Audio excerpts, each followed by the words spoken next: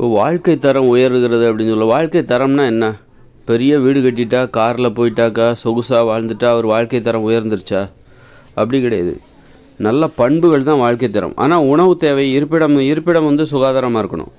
ஒரு தேவையான இருப்பிடம், அதாவது போதுமான இருப்பிட சுகாதாரம், ஒரு தரமான இருப்பிடம். இன்றைய உலகத்தில், இந்த இயந்திர அறிவியல் உலகில் ஒரு காங்கிரீட் கட்டடத்தில் நீ வசிக்கிற, ஒரு அறை, அப்புறம் ஒரு கழிவறை, ஒரு குளியலறை, ஒரு சமையலறை, அப்புறம் 10 அடி அகலம், 10 அடி நீளத்தில் ஒரு படுக்கை அறை. இதுதான் ஒருத்தருக்கு தேவையான வீடு, ஒருவருக்கு தேவையான வீடு. அதில் ஒருத்தர் தான் வசிக்கணும். அப்புறம் நல்ல பண்புகள், அவங்கவுங்க வேலையை அவங்கவுங்களே செய்யணும். அதுதான் வாழ்க்கை தரம் உயர்ந்திருக்குன்னு அர்த்தம். வாழ்க்கை தரம் உயர்ந்துக்கிறதுனா அதான் அர்த்தம். நீ ஒரு பெரிய பங்களா கட்டிட்டு 4-5 வேலைக்காரங்களை வச்சுக்கிட்டு நீ வேலை வாங்கிட்டு இருக்கன்னா உன் வாழ்க்கை தரம் உயரலை, இழிவான நிலைக்கு போயிடுச்சு.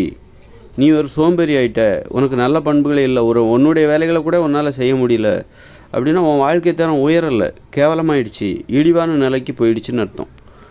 உன்னுடைய வேலைகளை, உன்னுடைய வீட்டில் உள்ள உனது வேலைகளை நீயே செய்யணும். எளிமையான வீட்டில் வசிக்கணும். நல்ல பண்புகள் இருக்கணும். உனக்கு நல்ல பண்புகள், ஒழுக்கம் இருக்கணும், கட்டுப்பாடு இருக்கணும், உண்மையாக இருக்கணும். அப்புறம் உடம்புக்கு நோய்களை தருகிற உணவுகளை சாப்பிடக்கூடாது. இதுதான் வாழ்க்கை தரம். வாழ்க்கை தரம்னா என்ன? இந்த வாழ்க்கைங்கிறது எதுக்கானது? இந்த உடம்புக்கானது. இந்த உடம்பு தான் வாழுது. இந்த உடம்பு இறந்து போச்சுன்னா வாழ்க்கை முடிஞ்சு போச்சு. அப்போது வாழ்க்கை தரம்னா என்னென்னா, இந்த உடம்பின் தரம் தான் வாழ்க்கை தரம்.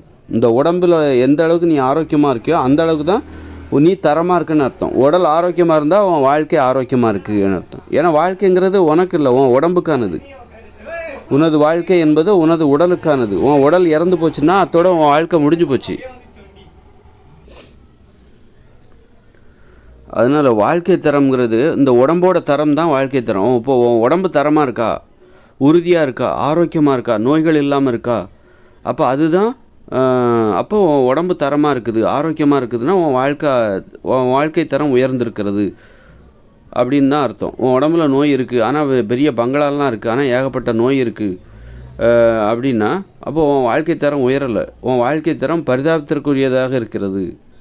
ஆனால் ஒருத்தர் வந்து எளிமையான ஒரு சின்ன வீட்டில் வசிக்கிறாரு, அவர் உடம்பு உறுதியாக இருக்குது, ஆரோக்கியமாக இருக்கார் அப்படின்னா அப்போ அவருடைய நல்ல பண்புகள் இருக்குது, ஒழுக்கமாக இருக்கார், கட்டுப்பாடாக இருக்கார், உண்மையாக இருக்கார் பழகிறவங்ககிட்ட, அப்போ அவருடைய வாழ்க்கை தரம் உயர்ந்திருக்கிறது அப்படின்னு அர்த்தம்.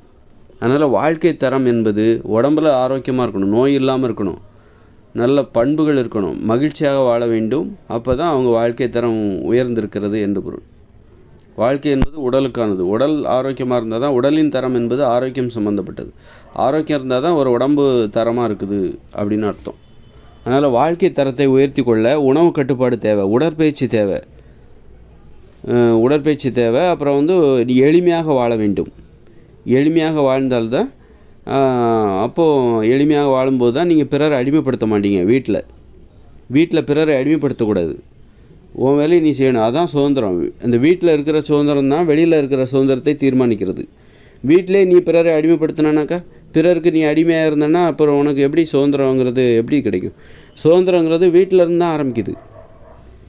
நீ வந்து வீட்டிலே வந்து பிறரை வந்து அடிமைப்படுத்துகிற அப்படின்னா, வீட்டிலே வந்து நீ பிறருக்கு அடிமையாக இருக்கன்னா அப்புறம் வெளியில் எப்படி நீ சுதந்திரமாக இருப்ப? வெளியில் எப்படி நீ சுதந்திரமாக மற்றவங்களை இருக்க விடுவ?